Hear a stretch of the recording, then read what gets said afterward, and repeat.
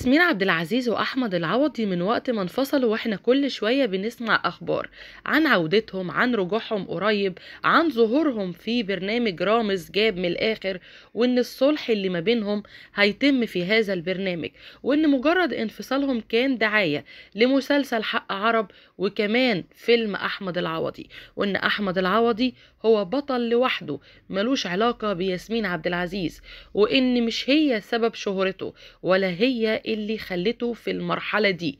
بصراحة مسلسل حق عرب والشهادة لله مسلسل يتسمع، مسلسل جميل ويشدك، وأداء أحمد العوضي فيه مبهر. ولكن اللي هيحصل بعد كده ان ياسمين عبد العزيز فعلا هتظهر في مسلسل حق عرب، وايه علاقتها بالموضوع؟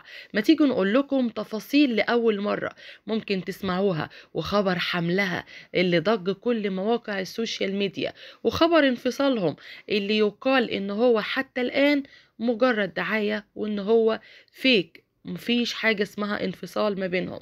لا بالعكس، طلاقهم ده كان مجرد زي ما قلنا لحضراتكم دعاية. ياسمين عبد العزيز واحمد العوضي من وقت ما انفصلوا ناس كتير زعلت لانهم محبوبين، والقابل ده بالتحديد ناس كتير بتحبه. احمد العوضي قرر ان هو يثبت للناس كلها ان انا مش جوز الست، انا مش بس عشان ياسمين معايا في العمل هينجح، لا انا قادر ان انا اعمل مسلسل واشيل مسلسل ويتسمع والناس كلها تتحاكى بيه، حتى لو كان عامل مسابقة علشان الناس تتفرج على المسلسل، وان المسابقة دي بتخلي الناس تدقق قوي في تفاصيل المسلسل علشان يكسبوا الجوائز اللي احمد العوضي عاملها. لما تعرض لهجوم بسبب هذا قال انا مش محتاج ادي الناس جوائز علشان يتابعوا المسلسل بتاعي، بالعكس انا بحب اساعد الناس، وشايف ان انا في خير معين عايز الناس كلها تستفاد معايا. وبصراحة هي بلاش ناخدها بالمنظور السلبي. طيب ايه علاقة ياسمين عبد العزيز بهذا الامر؟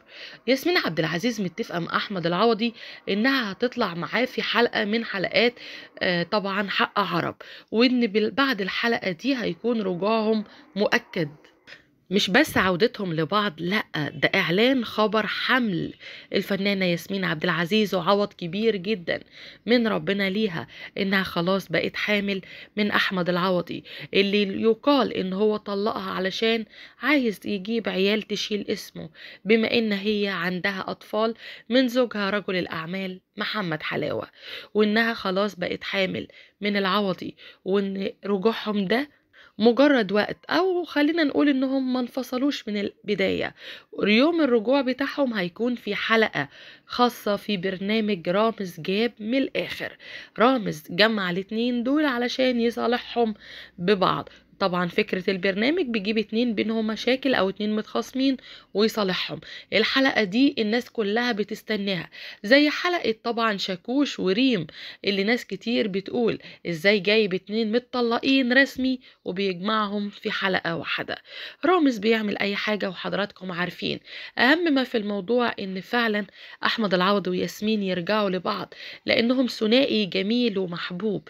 وبصراحة احمد العوضي او ياسمين عبد العزيز ممثلين شطار، يعني ناس شاطرة مش محتاجة تعتمد على مقاومات انها تقلع ياسمين او احمد العوضي يبقى حاجة تانية. هما ناس بتقدر وبتعرف بجد تستغل الشاشة في الوقت اللي هما بيتواجدوا فيه.